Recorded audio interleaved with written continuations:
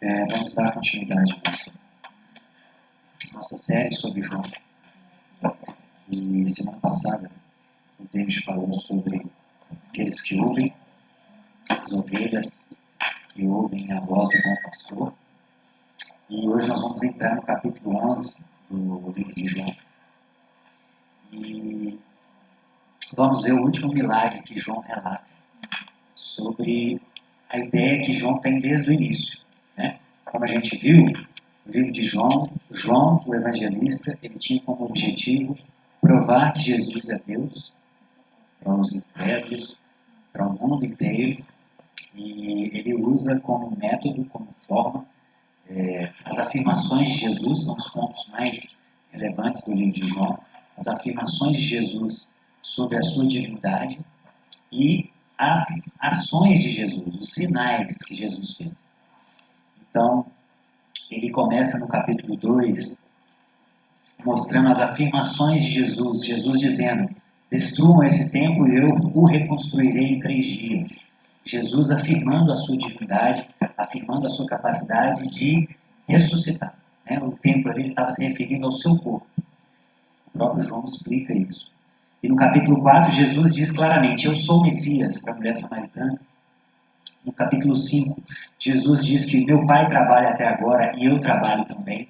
E os judeus começam a ficar irritados com Jesus, porque ele se fazia igual a Deus. No verso 6, Jesus diz que é o pão da vida. Então são afirmações muito agressivas para um judeu, vinda de um homem, em que nos restam 2 opções. Ou ele é quem estava falando ser, quem dizia ser, ou ele é louco, ou ele é mentiroso. São 3 opções. E Jesus, no capítulo 7, diz que quem crê em mim, do seu interior fluirão rios de águas vivas. Então Jesus tem várias afirmações onde ele afirma a sua divindade. No capítulo 8 ele diz: se vocês não crerem que eu sou, morrerão em seus pecados. Então, um homem judeu, rabino, no tempo de Jesus, fazendo tais afirmações, isso era uma loucura para os judeus. Isso era uma loucura.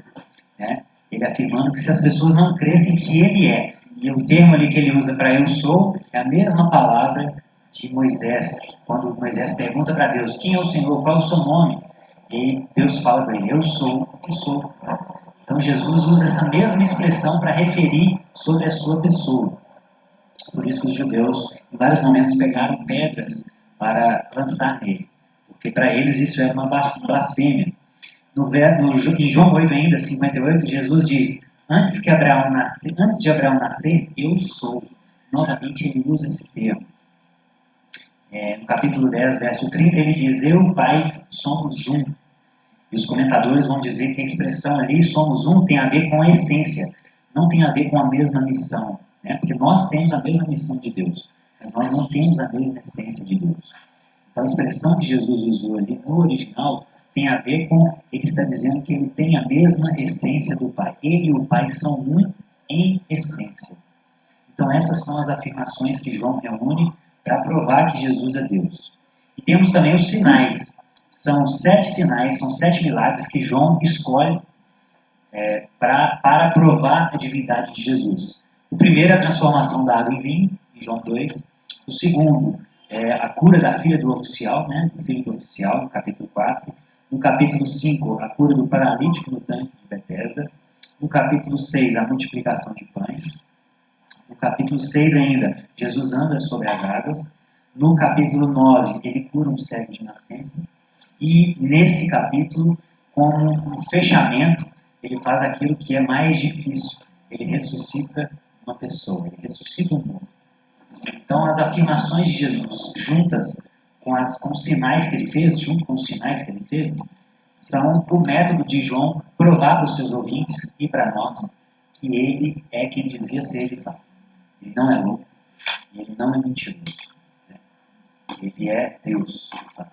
Porque somente Deus pode fazer tudo que ele fez e falar tudo que ele falou. Somente Deus pode falar: estão perdoados os seus pecados. Porque se Rafaela agride o Pedro é o ofendido na situação. Mas Jesus se coloca como uma terceira pessoa e diz: eu perdoo o que você fez com Pedro. E, humanamente falando, só o Pedro pode perdoar a Rafaela se ela agredi-lo. Mas Deus, como Deus, ele é o principal ofendido. Então Jesus fala, olha, eu perdoo o que você fez com Pedro. Por isso que os judeus, lá em Marcos 2 também, começam a querer apedrejar Jesus por causa dessas afirmações. Então Jesus fez afirmações inéditas na história da humanidade, ditas por um homem. Por isso nós entendemos que ele não é louco nem mentiroso, ele é o próprio Deus. Nós cremos nele. Nós cremos no que ele falou e no que ele fez. E aí nós vamos entrar no capítulo 11. Abra comigo em João capítulo 11. Vamos fazer a leitura. Havia um homem chamado Lázaro. Ele era de Betânia, do povoado de Maria e de sua irmã Marta. Aconteceu que Lázaro ficou doente. Maria, sua irmã, era a mesma que derramara perfume sobre o Senhor e lhe enxugara os pés com os cabelos. Então as irmãs de Lázaro mandaram dizer a Jesus: Senhor, aquele que amas está doente. Olha o fundo emocional. Jesus, aquele que amas está doente. Ao ouvir isso, Jesus diz: essa doença não acabará em morte, é para a glória de Deus. Para que o Filho de Deus seja glorificado por meio dessa doença, por meio dela. Jesus amava Marta, a irmã de Lázaro, a irmã dela, e Lázaro, amava os três. No entanto, quando ouviu falar que Lázaro estava doente, ficou mais 2 dias onde estava. Depois disse aos seus discípulos: vamos voltar para a Judéia. Então esses falaram: mestre, há pouco os judeus tentaram apedrejar-te, e ainda assim vais voltar para lá? E Jesus respondeu: o dia não tem 12 horas? Quem anda de dia não tropeça, pois vê a luz do mundo. Quem anda de noite tropeça, pois nele não há luz. Depois de dizer isso, prosseguiu dizendo-lhes: nosso amigo Lázaro adormeceu, mas vou até lá para acordá-lo. Seus discípulos responderam: Senhor, se ele dorme, vai melhorar. Jesus tinha falado da sua morte, mas os seus discípulos pensaram que ele estava falando simplesmente do sono. Então Jesus lhes disse claramente: Lázaro morreu, gente. E para o bem de vocês, estou contente por não ter estado lá, para que vocês creiam. Vamos até ele. Mas então Tomé, chamado Dídimo, disse aos outros discípulos: vamos também para morrer com ele. Ao chegar, Jesus verificou que Lázaro já estava no sepulcro havia 4 dias. Betânia distava cerca de 3 quilômetros de Jerusalém, e muitos judeus tinham ido visitar Marta e Maria para confortá-las pela perda do irmão. Quando Marta ouviu que Jesus estava chegando, foi encontrá-lo, mas Maria ficou em casa. Disse-lhe Marta: Senhor, se estivesse aqui, o meu irmão não teria morrido. Mas sei que mesmo agora Deus te dará tudo o que pedires. Disse-lhe Jesus: o seu irmão vai ressuscitar. Marta respondeu: eu sei que ele vai ressuscitar na ressurreição do último dia. E Jesus disse: eu sou a ressurreição e a vida. Aquele que crê em mim, ainda que morra, viverá. E quem vive e crê em mim, não morrerá eternamente. Você crê nisso? Ela respondeu: sim, Senhor, eu tenho crido que tu és o Cristo, o Filho de Deus, que devia vir ao mundo. E depois de dizer isso, foi para casa e, chamando à parte Maria, disse-lhe: o mestre está aqui, ele está chamando você. Ao ouvir isso, Maria levantou-se depressa e foi ao encontro dele. Jesus ainda não tinha entrado no povoado, mas estava no lugar onde Marta o encontrara. Quando notaram que ela se levantou depressa e saiu, os judeus que estavam confortando-a em casa seguiram-na, supondo que ia ao sepulcro para ali chorar. Chegando ao lugar onde Jesus estava e vendo, Maria prostrou-se aos seus pés e disse: Senhor, se estivesse aqui, meu irmão não teria morrido. Ao ver chorando Maria, os judeus que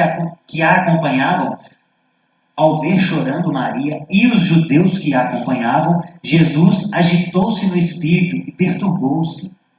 Onde o colocaram? Perguntou ele. Vem ver, Senhor, responderam eles. Jesus chorou. Então os judeus disseram: vejam como ele o amava. Mas alguns deles disseram: ele que abriu os olhos do cego não poderia ter impedido que esse homem morresse? Jesus, outra vez, profundamente comovido, foi até o sepulcro. Era uma gruta com uma pedra colocada à entrada. Tirem a pedra, disse Jesus. Maria, a irmã do morto, disse: Senhor, ele já cheira mal, pois já faz 4 dias. E Jesus lhe disse: Não lhe falei que se você cresce, veria a glória de Deus? Então tiraram a pedra. Jesus olhou para cima e disse: Pai, eu te agradeço porque me ouviste. E sei que sempre me ouves. Mas disse isso por causa do povo que está aqui, para que creia que tu me enviaste. Depois de dizer isso, Jesus bradou em alta voz: Lázaro, vem para fora!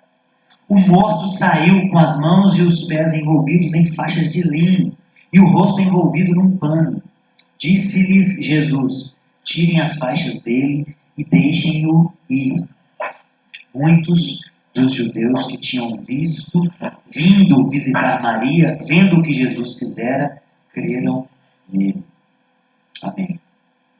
Pai, por favor, ilumine a nossa vida, ilumine a nossa mente, o nosso espírito, para que nós possamos, Pai, pela fé, ver e entender, Pai, o que o Senhor tem para nós nesse dia. Ver e entender o seu amor. Crer e entender o seu amor, Pai. Por favor, Senhor, abre os nossos olhos, abre os olhos do nosso espírito para entender a Tua palavra e sermos edificados e praticarmos a partir de agora o que o Senhor tem preparado para nós nesse dia. Por favor, Espírito Santo, seja conosco, em nome de Jesus. Amém. Irmãos, a história que a gente acaba de ver é uma história de pessoas amadas por Jesus. Como nós. Como qualquer pessoa, na verdade. Jesus ama qualquer pessoa. E o interessante é que são pessoas amadas por Jesus que adoeceram. São pessoas amadas por Jesus que passaram 4 dias de um grande sofrimento. Então isso começa a explicar para a gente o seguinte: nós não estamos isentos ao sofrimento. Os filhos de Deus não estão isentos ao sofrimento. Os filhos de Deus não estão numa bolha onde nada nos atinge. Nós estamos sujeitos a tudo que qualquer pessoa está sujeita na face da terra em relação ao sofrimento. E quando a gente olha para a vida dos apóstolos, isso fica muito claro. Né? São mortes violentas, são mortes agressivas que ocorreram, e não são mortes, mas acontecimentos. Paulo vai relatando tudo que ele sofreu nas suas cartas, e são pessoas amadas por Jesus. Então nós não estamos isentos, nós não somos tirados do mundo. Né? Jesus mesmo orou, falou: Pai, eu não oro para que o Senhor os tire do mundo, mas que os proteja do maligno. Eles podem até ser abalados, mas que seja para remover aquilo que é abalável, e não para derrubar eles, não para que eles percam a fé. Então nós não estamos isentos ao sofrimento.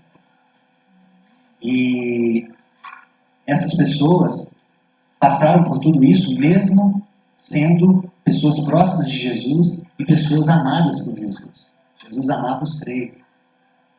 Isso começa a nos arremeter sobre o mal, sobre por que existe o mal, sobre por que o mal nos atinge e qual, inclusive, é a origem do mal.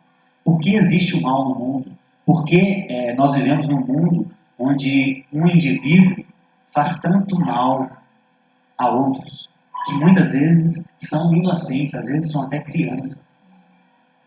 E quando a gente vai olhar para a Escritura, da nossa forma de enxergar o mundo, que é a cosmovisão cristã, nós entendemos que o mal, como disse bem Santo Agostinho, o mal não existe. O mal não é uma entidade. O mal não é algo que a gente possa... não é um ser. Deus é um ser, ele existe. Ele não é físico, ele não é corpóreo, mas ele existe. Mas o mal não é um ser, mesmo não sendo corpóreo. O mal não existe nesse sentido. Por quê? Porque Agostinho vai entender que o mal é simplesmente a ausência do bem. Assim como a escuridão é simplesmente a ausência de luz. O mal é isso. O mal ocorre, o mal só existe porque o bem existe. E porque existe a possibilidade da negação do bem. Essa é a conclusão de Agostinho. E onde surgiu isso? Da onde surge essa possibilidade de fazer o mal? Surge quando Deus cria seres livres. Deus cria anjos livres, capazes de desobedecê-lo. E depois Deus cria seres humanos livres, capazes de desobedecê-lo. Aí surge a possibilidade do mal. Possibilidade da ausência do bem. E então o mal começa com a desobediência de Satanás. Porque Satanás cai, né? O próprio Jesus falou que viu Satanás cair do céu com seus anjos. Então Satanás desobedece em algum momento da história cósmica, que a gente não sabe. E depois esse próprio Satanás tenta o ser humano criado à imagem e semelhança de Deus. E esse ser humano também, livremente, desobedece a Deus. E cai também. Então essa é a origem de todo o mal que existe na face da Terra. De todo o sofrimento. E aí, abra comigo em Isaías 45. Olha que texto intrigante. Isaías 45 diz o seguinte. 45, verso 7. Isaías 45. Olha o que Deus está dizendo. Eu formo a luz e crio as trevas. Eu promovo a paz e causo, na versão Almeida está, e causo o mal. Crio o mal. Na versão NVI está, e causa a desgraça. Eu, o Senhor, faço todas essas coisas. Irmãos, isso tem sido pedra de tropeço para muitos irmãos. Muitos irmãos têm atribuído a origem do mal a Deus. Mas a NVI ela foi bem feliz nessa tradução. Por quê? Porque o contexto que mostra uma oposição. Eu crio luz e trevas. Eu crio paz e causo o mal ou a desgraça. E o que o contexto sugere para nós?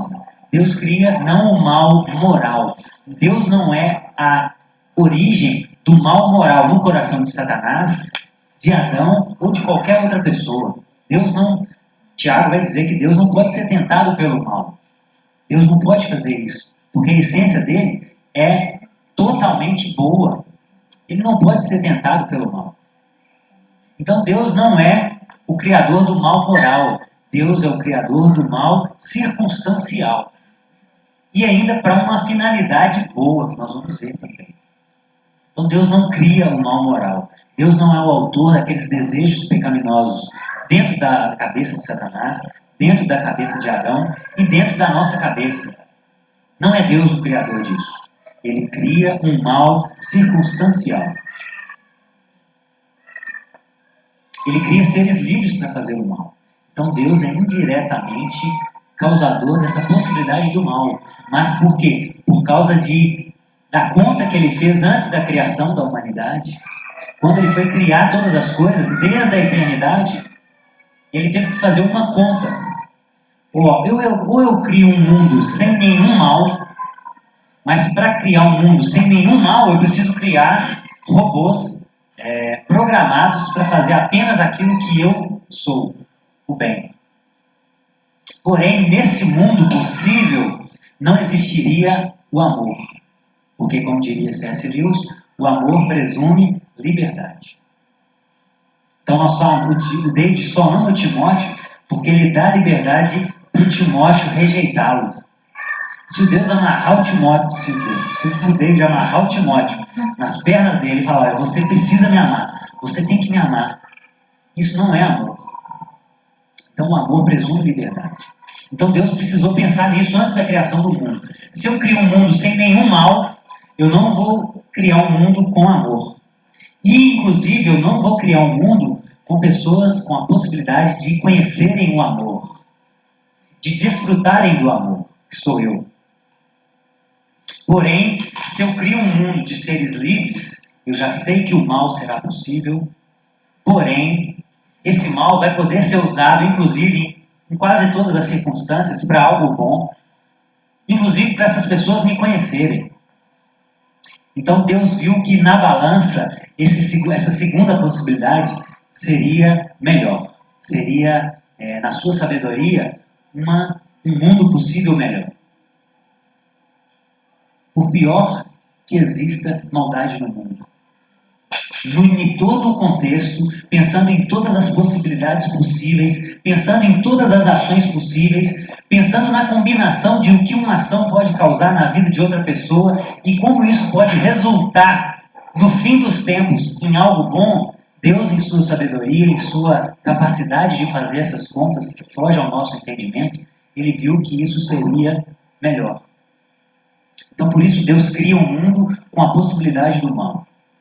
Mas ele não é a origem do mal moral. Ele cria seres livres, capazes de fazer o mal.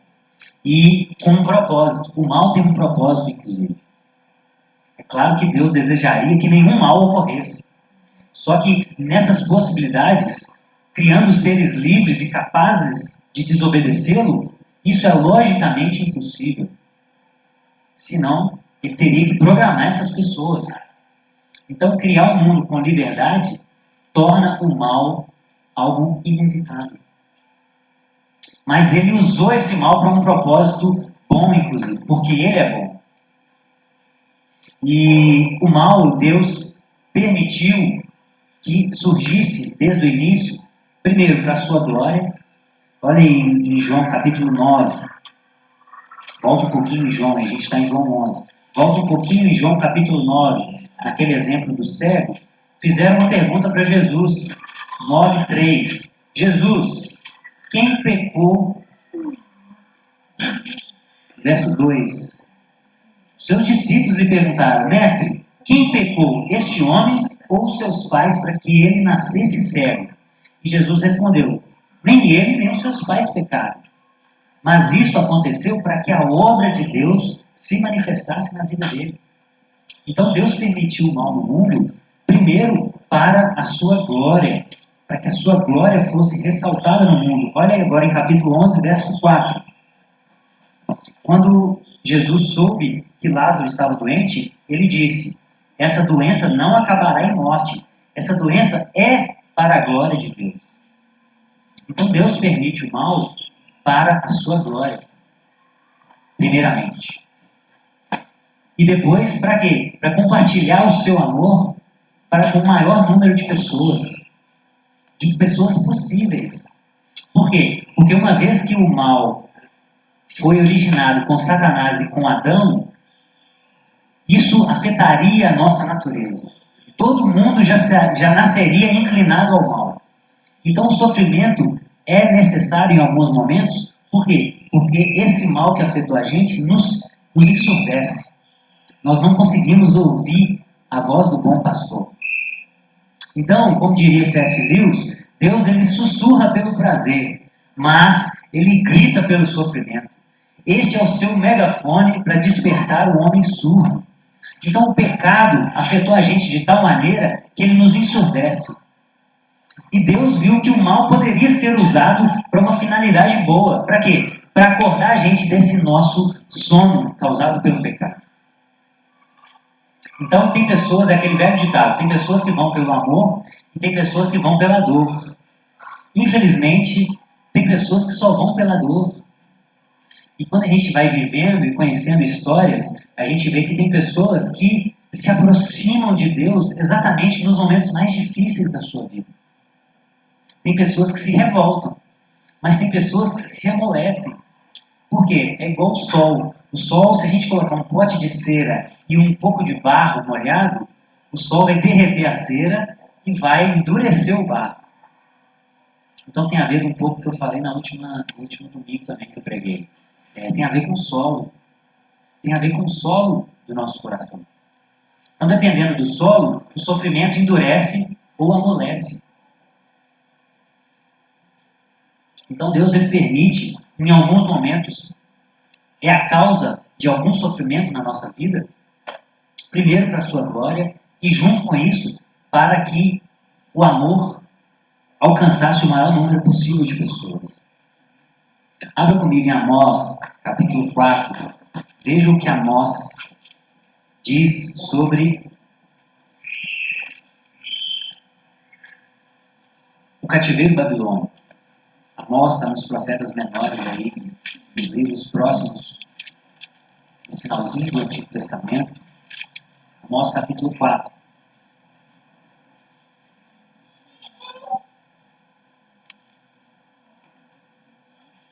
Olha o que Amós diz, capítulo 4, verso 1. Ouçam esta palavra, vocês vacas de Bazã, que estão no monte de Samaria, vocês que oprimem os pobres, olha o mal, e esmagam os necessitados. E dizem aos senhores deles, tragam bebidas e vamos beber. O Senhor, o soberano, jurou pela sua santidade. Certamente chegará o tempo em que vocês serão levados como ganchos, e os últimos de vocês como anzóis. Verso 6. Fui eu mesmo que dei a vocês estômagos vazios em cada cidade, e falta de alimentos em todo lugar. E mesmo assim, vocês não se voltaram para mim, declara o Senhor. Também fui eu que retive a chuva, quando ainda faltavam 3 meses para a colheita. Mandei chuva a uma cidade, mas não a outra. Verso 10. Enviei pragas contra vocês, como fiz com o Egito. Mandei os seus jovens à espada, matei os seus jovens à espada, deixei que capturassem os seus cavalos, enchi os seus narizes com o mau cheiro dos mortos e os seus acampamentos. E mesmo assim, vocês não se voltaram para mim. Então Amós está mostrando para o povo que Deus enviou vários males na vida deles para uma finalidade. Deus ele não é sarcástico. Deus ele não é insensível. Deus, diferente de Satanás, ele nos traz alguns males com uma finalidade de arrependimento para trazer-nos vida. Satanás, por outro lado, ele nos traz males para nos destruir, para destruir a vida. Deus ele permite ou causa alguns males na nossa vida para para voltarmos à vida. Então essa é a finalidade. Assim como um pai que corrige o seu filho, que lhes dá uma palmada e que coloca ele de castigo, a finalidade do pai é fazer com que o filho se arrependa e se volte, e volte aos seus caminhos. Então esse pai, ele não é sarcástico, ele não é insensível quando ele faz isso. A questão é que Deus é Deus. Ele está lidando com uma realidade cósmica. Então, diferente com uma palmada que eu dou na Tabita, ou um castigo que eu faço com a Tabita, Deus ele está lidando com uma situação de extremidade elevada. Situações muito complexas. Ele sabe toda a história da humanidade. Ele sabe o que a pessoa vai pensar amanhã, como ela vai reagir ou não a uma certa situação. Então, por isso Deus age em uma escala superior. E por isso que às vezes isso assusta um pouco a gente. Ezequiel, capítulo 7, vai dizer que a violência tomou forma de uma vara para castigar a maldade. Então Deus não só corrige as pessoas más, mas Ele permite o sofrimento e o mal e causa em alguns momentos nos seus filhos para trazer vida. Essa é a finalidade de Deus. E Daniel, na sua oração lá no capítulo 9, lamentando sobre o cativeiro, Daniel estava no cativeiro, ele diz, o Senhor não hesitou em trazer desgraça sobre nós, pois o Senhor nosso Deus é justo em tudo o que faz. Ainda assim, não lhe temos dado atenção. Então isso está muito claro na cabeça de Daniel também. Irmãos, nós pecamos, nós desviamos do que o Pai nos deu lá na saída do Egito. Nós nos desviamos desse caminho. E Ele é justo. Então Ele não poupou a gente da desgraça. Ele conduziu exércitos para nos afugentar. E ainda assim, nós não nos voltamos, nós nos endurecemos. É isso que estava na cabeça de Daniel. Então Deus ele faz isso para produzir arrependimento e vida, e não para nos destruir, como faz Satanás. E por isso nós podemos confiar nele. É por isso que mesmo em meio a sofrimento, a dor, os seus filhos se rendem a ele. Por quê? Porque o nosso solo é diferente. Pela graça dele, mediante a nossa pequena parcela de responsabilidade humana, ele cultiva o nosso solo. E o nosso solo se torna cada vez mais frutífero. E nada consegue nos afastar do amor de Deus. Nada consegue. Nem tribulação, nem potestades. Nada nos separa do amor de Deus. É isso que Paulo fala. Abra comigo agora em 2 Coríntios, capítulo 7. 2 Coríntios, capítulo 7.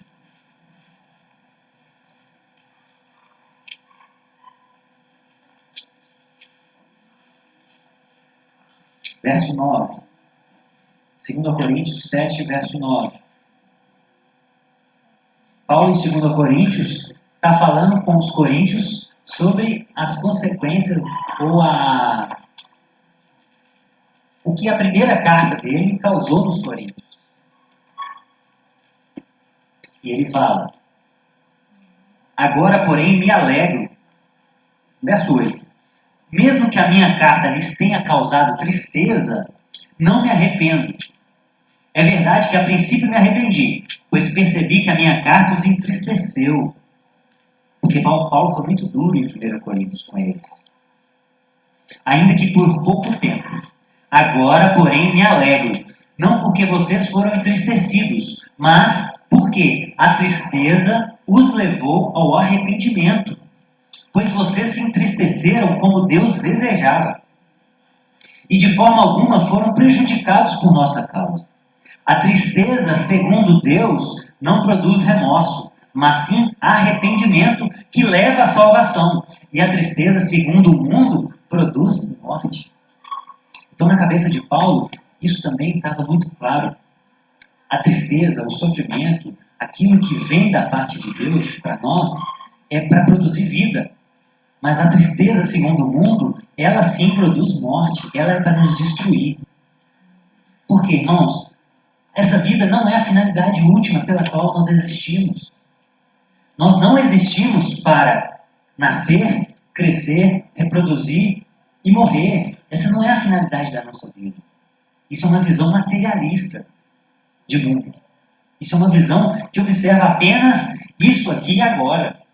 Mas Paulo, em 1 Coríntios 15, vai dizer que se a nossa vida se limitar só a essa perspectiva, nós somos os mais infelizes de todos. Por quê? Porque existir para nascer, crescer, reproduzir e morrer é muito fútil. É pouco demais. Agora, a nossa origem está muito antes da nossa existência terrena. E o nosso fim está muito depois da nossa finalidade, do nosso fim terreno. A visão cristã é muito mais ampla, tanto para trás quanto para frente. Então nós estamos aqui em treinamento para algo eterno. Por isso o sofrimento, as nossas leves e momentâneas tribulações, nas palavras de Paulo, elas estão produzindo para nós um peso de glória eterno que a gente não consegue mensurar. Porque isso aqui é só um teste, isso aqui é só uma sombra do que virá. Isso é só a nossa preparação. As coisas não acabam aqui. E a gente não acha que um pai é mau porque ele castiga o seu filho, porque ele corrige o seu filho. Inclusive, a própria Escritura vai dizer que Deus corrige aquele que ama. Então, se nós não fôssemos corrigidos, aí sim nós poderíamos duvidar do amor de Deus. Mas se Ele nos corrige, se Ele permite ou causa sofrimentos que vão gerar algo bom e eterno em nós, é exatamente porque Ele nos ama. Porque, como David fala, o contrário do ódio não o contrário do amor não é o ódio, mas é a indiferença.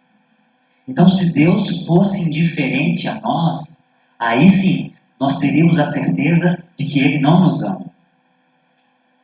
mas porque Ele nos corrige, porque Ele permite que cheguemos, porque Ele atrasa na nossa visão 4 dias para fazer aquilo que a gente espera que Ele faça. Porque Ele permite que, ou causa sofrimentos na nossa vida que são dolorosos de fato para nós, aí sim nós podemos ter certeza que Ele ainda tem empatia por nós. E Ele tem empatia exatamente porque Ele é diferente de qualquer outra divindade. Porque Ele se colocou no nosso lugar. Ele sabe de fato o que a gente sente porque Ele se encarnou. Ele veio na história para sofrer, inclusive. Esse é o diferencial do nosso Deus.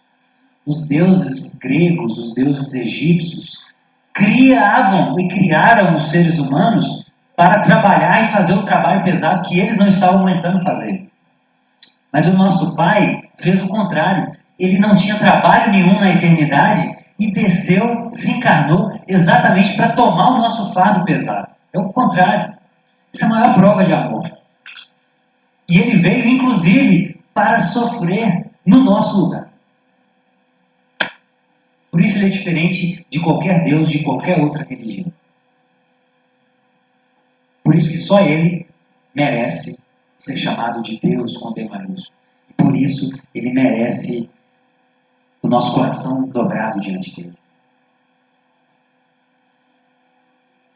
Em João capítulo 11, verso 15, volta lá comigo, por favor.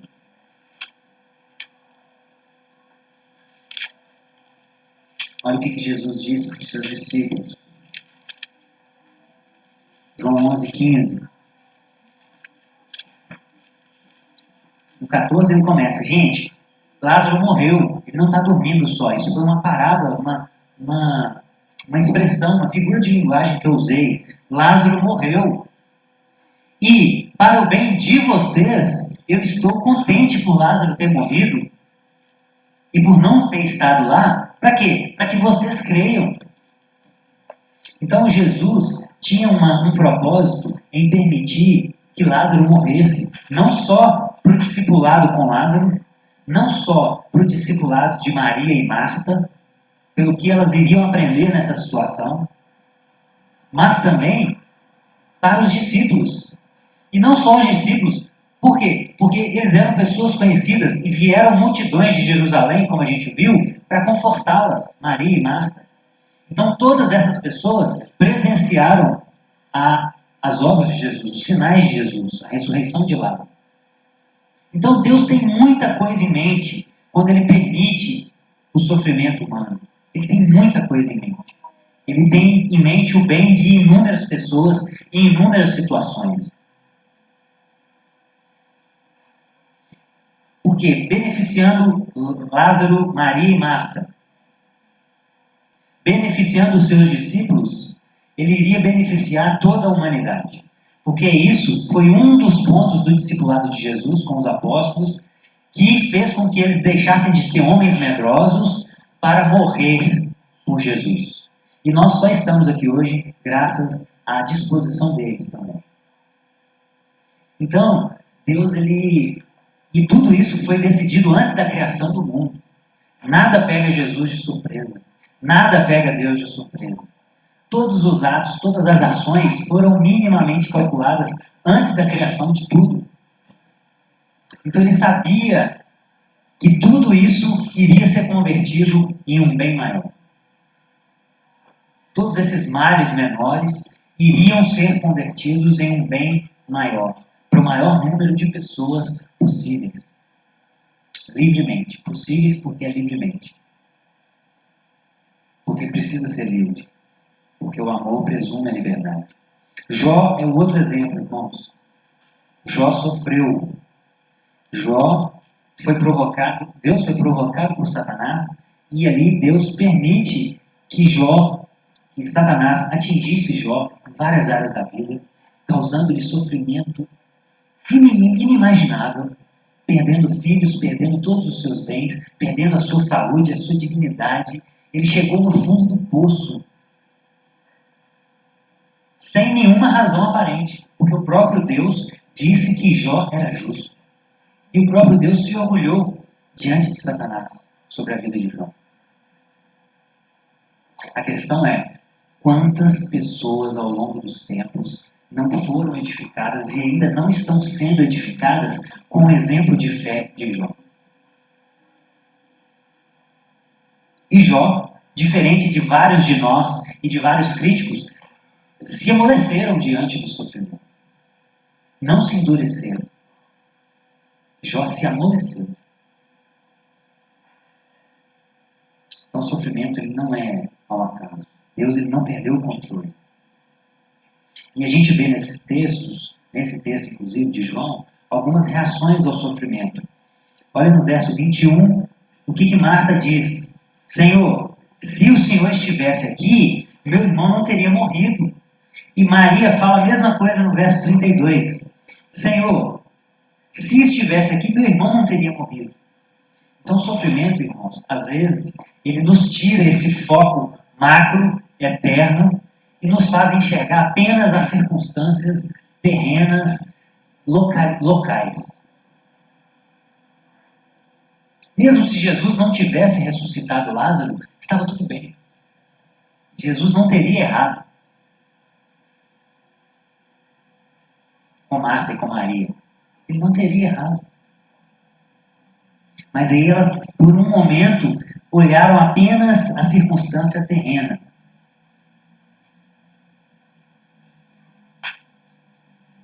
E aí a gente se esquece de Isaías 57, que diz o seguinte: o justo perece e ninguém pondera isso no seu coração. Homens piedosos são tirados e ninguém entende que eles são tirados para serem poupados do mal. Aqueles que andam retamente entrarão na paz, acharão descanso na morte. Isaías 57, 1 e 2. Então, meus amigos, a morte de um justo, ela, para o justo, é a melhor coisa que pode acontecer. Porque ele é retirado, inclusive, para ser poupado do mal. E o que geralmente a gente fala, poxa, como que fulano morre e ciclano não morre? Não é isso? Como que uma pessoa tão boa como essa morreu cedo? E aquele ali que faz mal, que deve todo mundo, que só faz coisa errada, não morre. Vaso ruim não quebra, né? Tem até esse ditado. Mas o justo, ele acha descanso na morte. Da perspectiva da cosmovisão de Deus, da forma como a gente olha o mundo pela luz do Evangelho, pela lente do Evangelho, a morte de um justo é a melhor coisa que pode acontecer. Isso não quer dizer que a gente não vai sofrer por saudade, pela falta dele, não quer dizer isso. Mas é outra coisa, muda tudo, muda o foco de analisar a coisa. E não é isso que Paulo falou? Viver não é Cristo e morrer não é lucro? Morrer é lucro. A morte é um tabu na nossa cultura por causa da influência materialista que nós temos sobre a nossa cultura.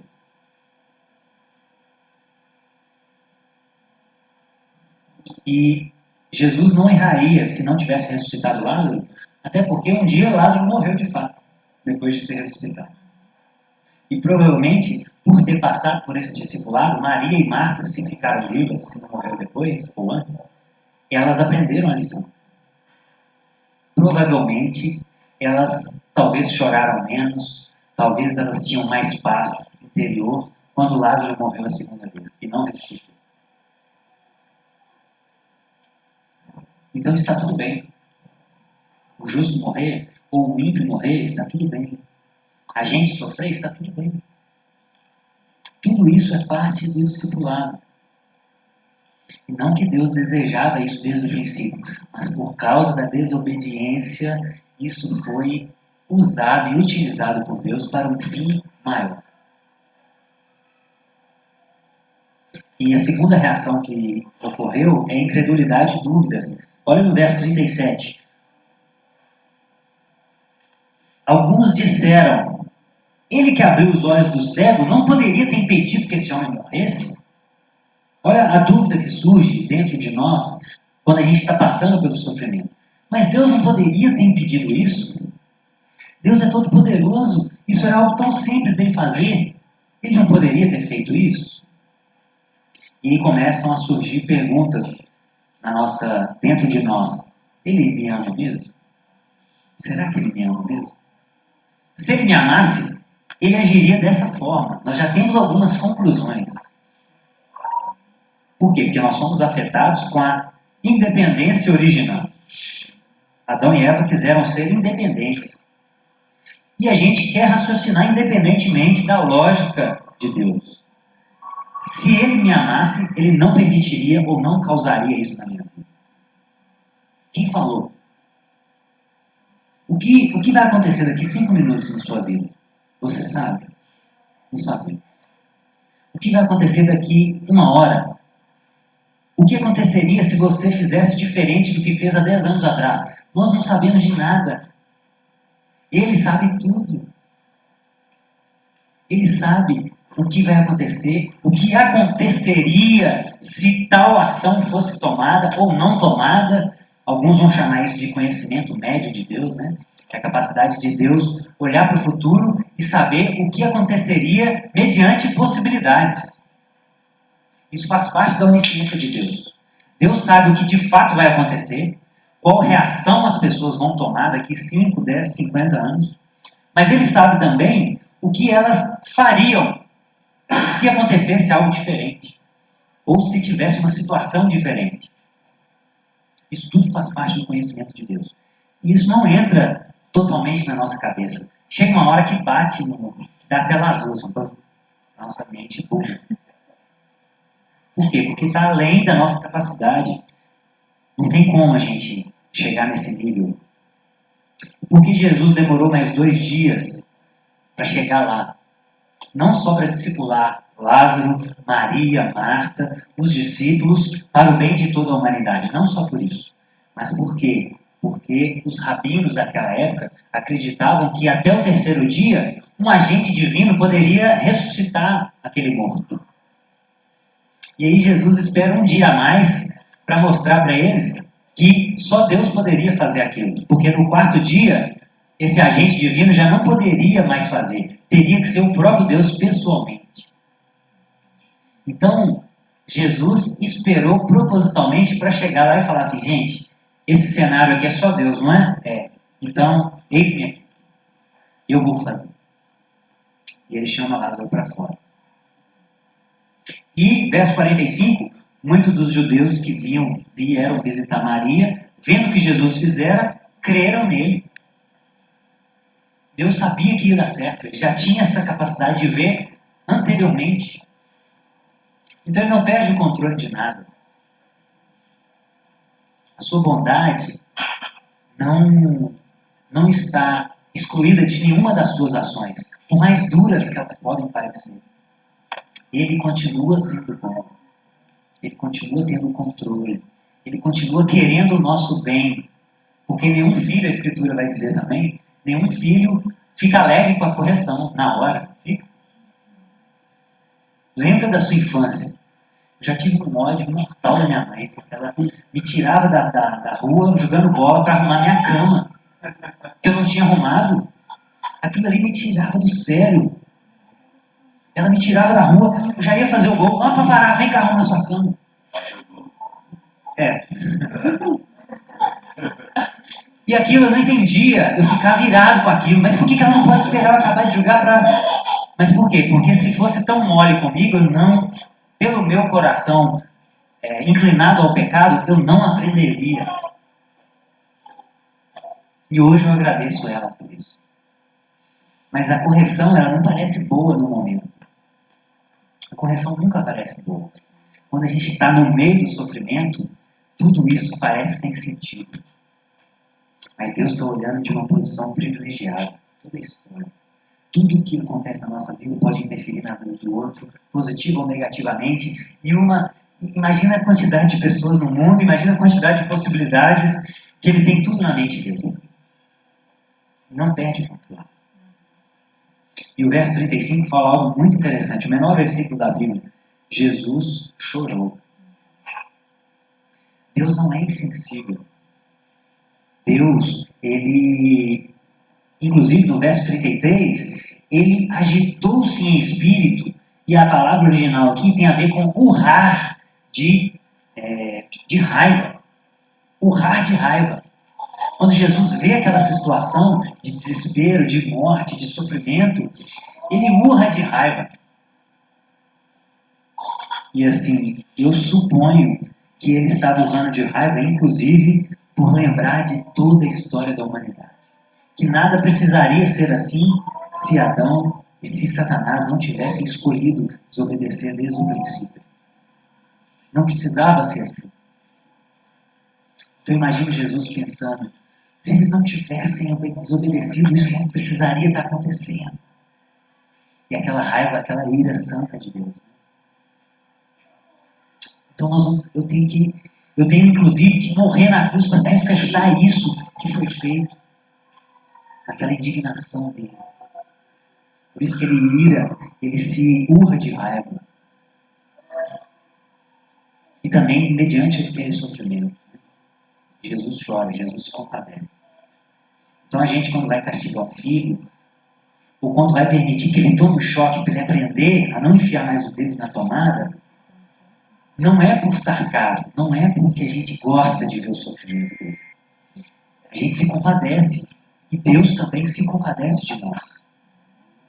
Mas Ele quer o nosso bem, Ele quer preparar pessoas ajustadas para que todas elas cheguem ao pleno conhecimento, para que não sejam mais levados por todo o vento de doutrina, para que um dia Ele possa falar com elas assim, ó, vinde, benditos do meu Pai.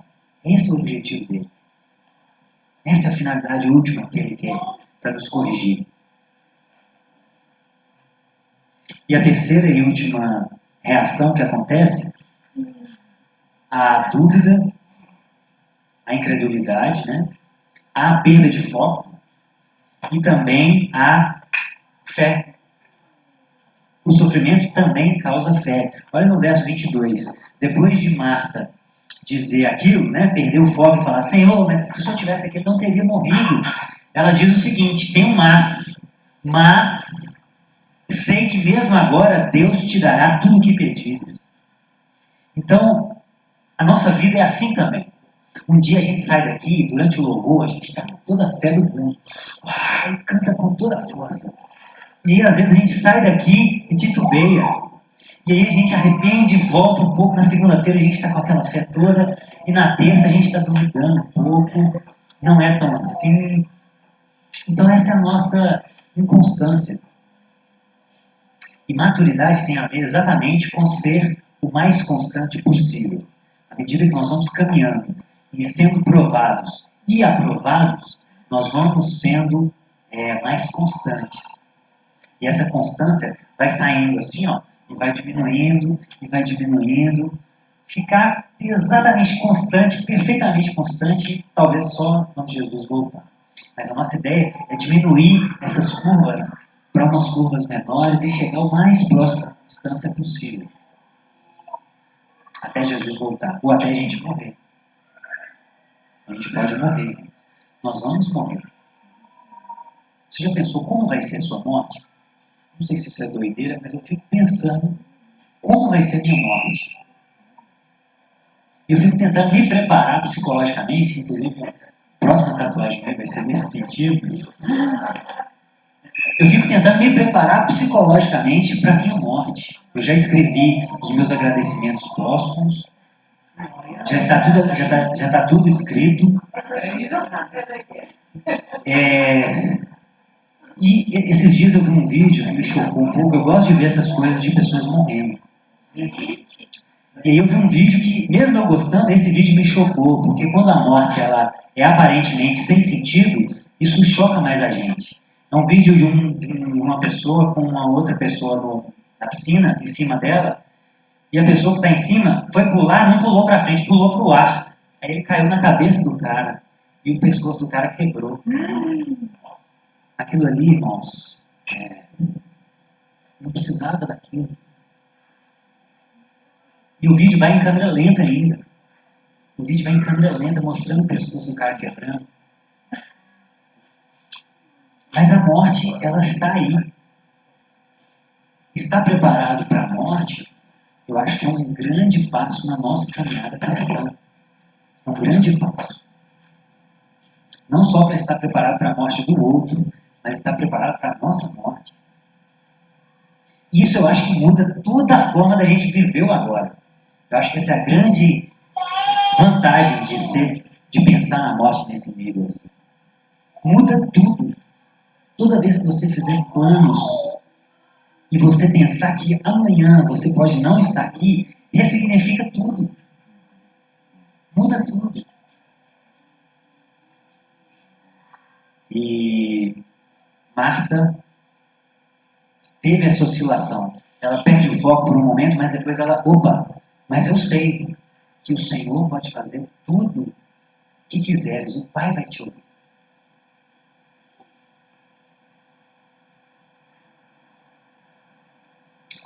E qual é a conclusão que eu tiro de tudo isso? De tudo isso, existe uma solução para o mal. Qual é a solução para o mal? Existe uma solução temporária e uma solução final. A solução temporária é a fé. Só a fé, só o fato de nos mantermos em posição de sentido, né? Isso que significa fé no Antigo Testamento, a palavra hebraica significa estar numa posição de sentido independente das circunstâncias. Isso é fé. E só a fé pode nos suportar, pode nos sustentar até a derrota final do mal, que é a vinda de Cristo. Então, até lá, a única coisa que nos resta é a fé. É adiantar aquilo que ainda não vemos. É entender aquilo que ainda não pode ser entendido na sua plenitude, mas o pouco que a gente já sabe nos sustenta a nossa fé. A fé, ela dá base para a razão e a razão sustenta a nossa fé. Porque nós vivemos nessa oscilação até o final. Abra comigo em Romanos capítulo 5, último texto que eu queria compartilhar.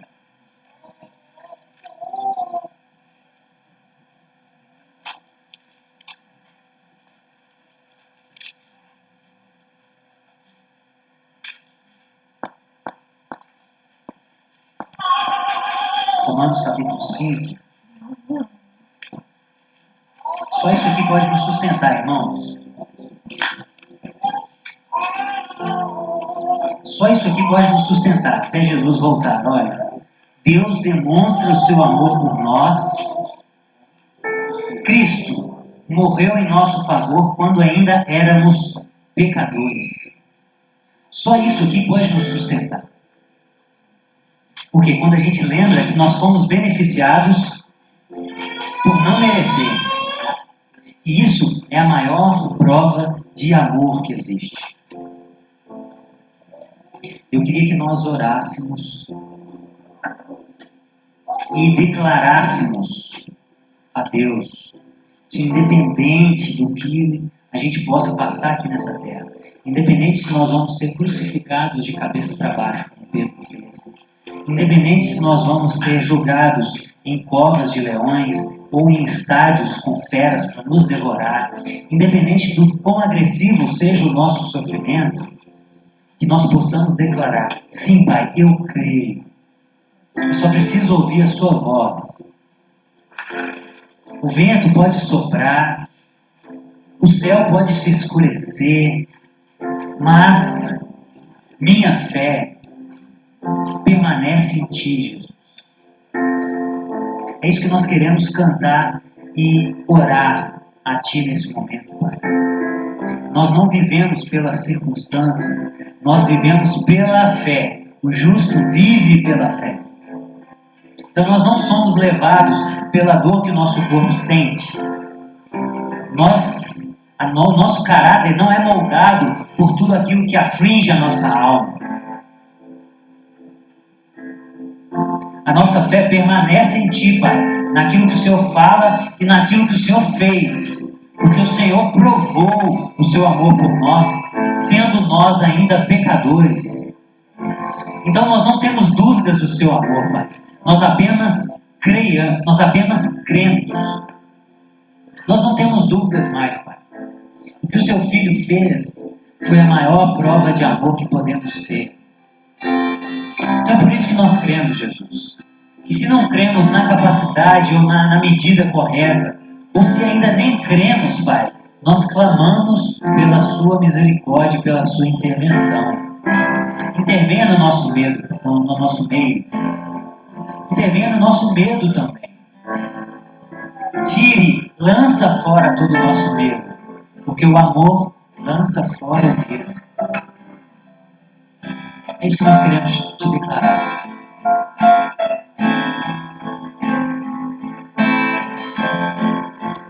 Se coloque de pé. Tudo que eu preciso ouvir, tuas palavras me dão direção.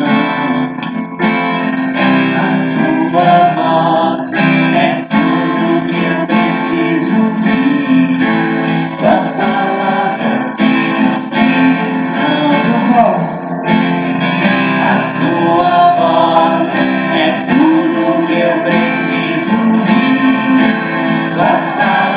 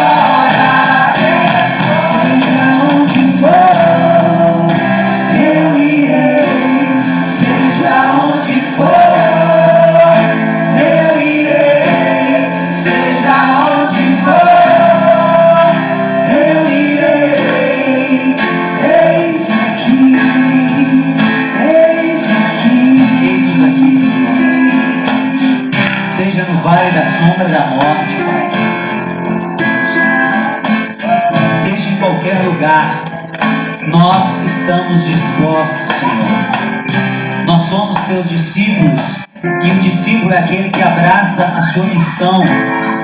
Nós abraçamos a sua missão, Pai, de se entregar, de morrer e de perder a sua vida. Essa é a nossa missão também, Senhor. Pai, nos livra desse cálice. Nós somos honestos e sinceros. Nós não somos masoquistas, Pai. Nós não queremos sofrer. Nos livra deste cálice. Mas como o Senhor orou, seja feita a tua vontade, não a nossa, Pai. O Senhor sabe o que é melhor para nós. Nós confiamos no teu amor e não nos nossos sentimentos, não na nossa raiva, na nossa inconstância em passar as dificuldades da vida, Pai. É no Senhor que nós confiamos. É na tua palavra que nós confiamos. É naquilo que o Senhor fez por nós que nos traz confiança eterna, inclusive. Então eis-nos aqui, Pai. Ressignifica o nosso sofrimento. Ressignifica o sofrimento que cada um aqui possa estar passando, Pai. Abra nossa mente para enxergar possibilidades mais altas. E que tudo isso, Pai, desdobrará em pessoas mais fortes. Em pessoas que não são jogadas por todo o vento de doutrina. Em pessoas constantes e maduras. Em filhos ruios, filhos maduros. Não bebês, não ovelhas, não filhos técnicos, mas filhos maduros, Pai, que sabem ressignificar o sofrimento. Inclusive se alegram, como Pedro, se esse sofrimento for para a sua glória, for por Jesus. Nós nos alegramos se for por esse motivo, Pai. Não nos importamos de sermos perseguidos, chacoteados pela nossa fé. Nós nos alegramos nisso. Então, ajude cada irmão aqui hoje e aqueles que não estão presentes e todos que estão ouvindo essa mensagem agora. Ajude-os a serem discípulos maduros e a ressignificar o seu sofrimento. Colocar essa leve e momentânea tribulação no seu devido lugar. No lugar de abalo, para remover aquilo que é abalável e que permaneça o núcleo, a essência, aquilo que é inabalável, para formar pessoas maduras e fortes para essa vida tão dura. Em nome de Jesus, nós te pedimos. Amém. Amém, meus amigos. Podem se assentar mais uns minutinhos, por favor.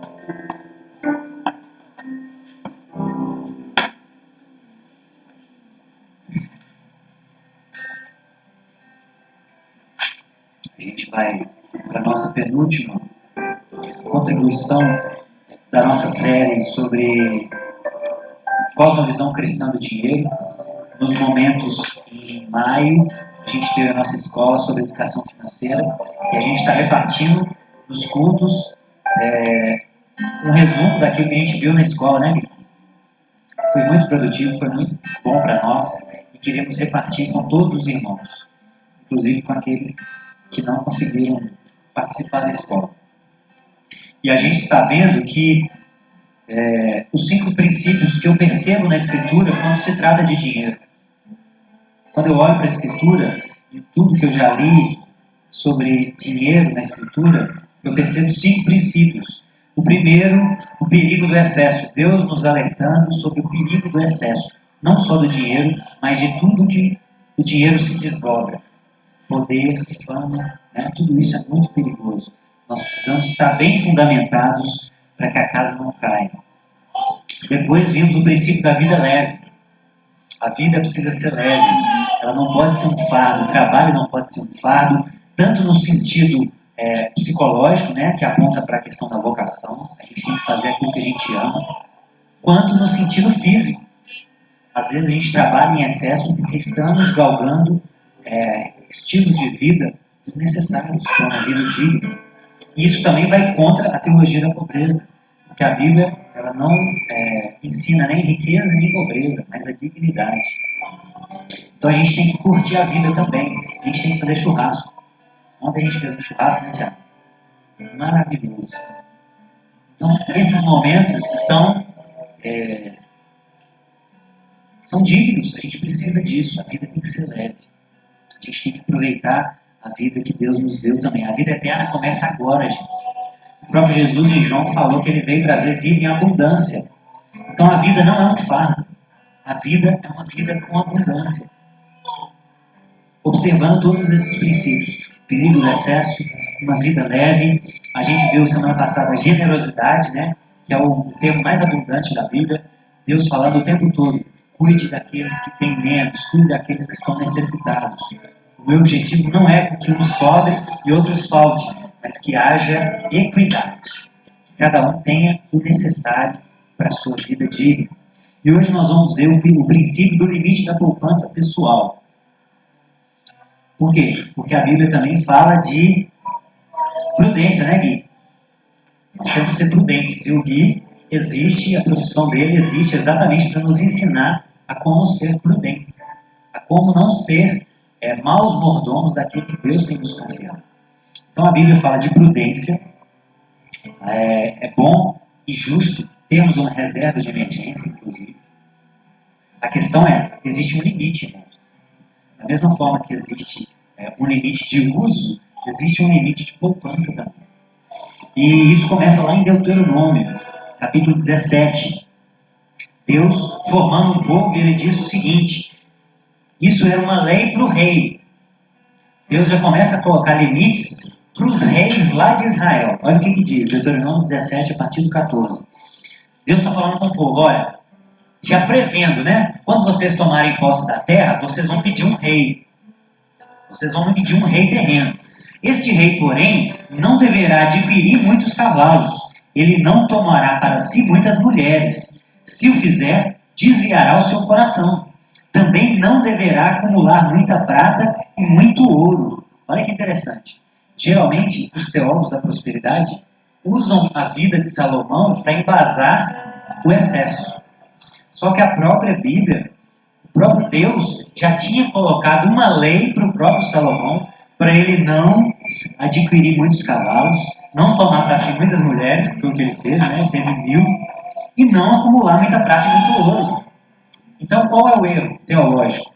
Pegam a descrição de um comportamento e criam uma doutrina, sendo que existe uma prescrição contrária a isso. Então, a prescrição, ela sempre está acima da descrição. A Bíblia contém descrição de muitos atos errados de várias pessoas, mas nós nos apegamos às prescrições de Deus. Então, desde o início, Deus já estava colocando limites. O texto mais claro do Novo Testamento é Jesus falando para a gente não acumular, não é isso? Não acumulem tesouros na terra. Acumulem nos céus. Como a gente viu na semana passada sobre a generosidade, acumular tesouro nos céus tem a ver com ajudar os mais necessitados. Quando a gente ajuda o próximo, a gente está transferindo a nossa riqueza da terra para o céu. Então o nosso banco aqui tem que ficar vazio. E o nosso banco celestial tem que ficar cheio. Jesus também, em Lucas capítulo 12, ele fala de um homem, um rico insensato. Todos lembram desse texto. O rico insensato tinha muitas terras. As terras dele, a colheita dele desse ano, produziu muito mais do que ele ainda tinha coisa nos celeiros e a terra dele produziu muito. E qual foi a ideia dele? Vou derrubar os meus celeiros, construir celeiros ainda maiores para acumular mais ainda, para muitos e muitos anos, e para que ele possa dizer para a sua alma: come, bebe, arregala-te. Você tem recursos para muitos anos. E aí Jesus chama ele de louco. Você vai morrer hoje, olha a morte aí de novo. Você vai morrer hoje. Vão pedir a sua alma hoje. Como assim? Que ideia louca é essa? Que loucura é essa de acumular tesouros na terra?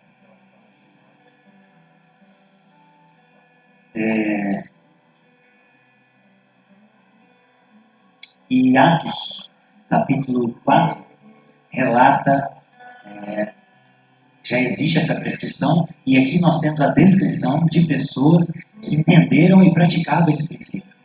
Os primeiros discípulos, irmãos, eles olhavam para suas posses e viam assim: olha, isso aqui, eu não preciso disso para ter uma vida boa. E eles vendiam isso, essas coisas valiosas, que no caso lá eram campos e terras, vendiam aquilo e colocavam aos pés dos apóstolos, porque eles entenderam que eles não precisam de tanto. Enquanto outros estão com excesso de falta, eles não precisariam de excesso de sobra. Isso equilibrou a balança da igreja primitiva. Não haviam necessitados no meio deles. Então, conclusão. Seja prudente. E se você precisar de ajuda, procure o guia. Para você conseguir ser prudente. Principalmente quem vai casar, viu, gente? É preciso uma boa organização financeira. Tenha uma reserva de emergência. Mas tenha consciência de um limite também. É uma reserva para emergência. Não é para muitos e muitos anos, como esse rico insensato da parábola. Então utilize isso como um balizador da sua vida. Cuidado para você não acumular tesouro na terra, mas que a gente acumule tesouro nos céus, que é o verdadeiro tesouro. Amém? Então, se você quiser contribuir com a nossa, com o que a gente está construindo junto, a gente não está passando essa colinha, mas tem a conta da igreja, vocês podem transferir para lá e fazer parte conosco, inclusive não só como eu coloquei lá no grupo. Hoje foi diferente. Hoje eu percebi cada brasa acesa, contribuindo para o fogareiro. Hoje foi diferente. Então continue a cultivar isso ao longo da sua semana. E não adianta a gente vir frio e falar, nossa, o culto hoje foi... Mas se a gente foi frio, um gelo do lado de uma brasa que está um pouquinho acesa vai esfriar outra brasa. Mas se todos nós chegarmos aqui quentes, minimamente quentes, vai ser diferente. Então continue cultivando isso e continue contribuindo conosco financeiramente, inclusive. Tá bom? Pessoal, na semana passada, acho que no último domingo, nós tivemos uma boa notícia, né, de a nossa comunidade está crescendo. Está vindo aí 2 crianças de uma vez. E isso para nós é especial. E a gente quer orar por esse casal, que tem pela frente, né, Ana? Uma dádiva e um baita desafio. Mas não vou contar para eles agora, não. Vou deixar eles aproveitar cada etapa, né? Deixar a barriga crescer. Mas a gente quer abençoá-los, né? A gente está muito agradecido, porque não por nós, mas eu digo que a coisa que mais enche meu coração é quando as pessoas caminham para a maturidade, para o desafio de assumir responsabilidade, cada vez mais responsabilidade, assumir uma família. Quando você tem um filho, você aumenta a responsabilidade, aumenta o desafio, aumenta o nível de cruz, né, de morrer para si mesmo. E esse casal, jovem casal, está recebendo essa dádiva de 2 de uma vez. E a gente, como comunidade, precisa ajudá-los. Sim ou não? Com um já é um desafio, né? Eu sei que ele vai ter um tanto de tio, um tanto de tia, vovó, um tanto quanto é lado, mas nós, como comunidade, podemos ajudá-los. Amém? Vamos orar por eles? Ju, Thales, vem para cá. Vocês são uma família extensa. Oremos juntos. A Lídia quase está comendo, gente. Não sei por quê.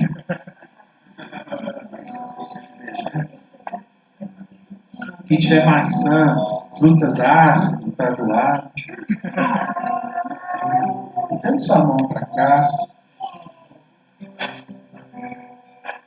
Imagine você recebendo um presente, né? Aquele presente sonhado. Então, abençoe essa família como essa dádiva de gerar. Pai, nós agradecemos a oportunidade de testemunharmos e verificar, validar quão bom o Senhor é. E essa dádiva da vida somente o Senhor pode dar. Ninguém pode fazer isso. Nenhum ser humano ainda conseguiu fabricar vida. Então, se estas 2 vidas existem, é porque houve uma intenção do Senhor para elas. E nós, como igreja, como família, nos alegramos. Pedimos, Pai, o Teu acréscimo para esta casa, o Teu acréscimo em sabedoria, em força, em estrutura, em condições. Aumente-os, Pai, aumente a capacidade deles amar, mas aumente também a capacidade deles renunciar em favor dessas duas crianças. Abençoamos esse casamento, que eles consigam vencer os desafios da maternidade, da paternidade e continuem se amando um ao outro de forma profunda e que isso continue gerando bons frutos para a eternidade. Nós, como igreja, recebemos essa extensão desta casa, a extensão dessa família com muita graça, com muito favor do Senhor. Abençoe a saúde da Lídia, que ela, como mãe, como mulher, tenha todos os nutrientes necessários para desenvolver essas crianças. Dê a ela, Pai, toda a capacidade possível, orgânica, para que essas crianças cresçam em plena saúde. E que o tempo, o nascimento, seja no teu dia. O dia que o Senhor escolher para essas crianças marcarem essa vida, marcarem essa terra. Em nome de Jesus. Pai, abençoe o Felipe com condições, com recursos, com tudo aquilo que ele precisa para ser um bom pai. Ser uma imagem mais próxima de quem o Senhor é. Olha que privilégio. Então nós abençoamos o Felipe com isso. Que ele tenha força suficiente para olhar para o Senhor como pai e ser um bom pai para essas crianças, Pai. Em nome de Jesus. Em nome de Jesus. Parabéns. Deus, obrigado, Pai. Obrigado. Eu sei que expressar gratidão com palavras é difícil, mas obrigado. Obrigado pela semente da Tua palavra que constantemente, dominicalmente, o Senhor tem plantado no nosso coração. E isso tem nos feito pessoas melhores a cada dia. E é assim que nós queremos estar. Confrontados pela Tua palavra e desafiados pela Tua vida. E é assim que a gente abre mais essa semana de desafio na nossa vocação, na nossa casa, na nossa família. Que haja a Tua presença como motivador de tudo. Em nome de Jesus. Nós estamos gratos por tudo que aconteceu aqui nessa manhã. Obrigado, Senhor.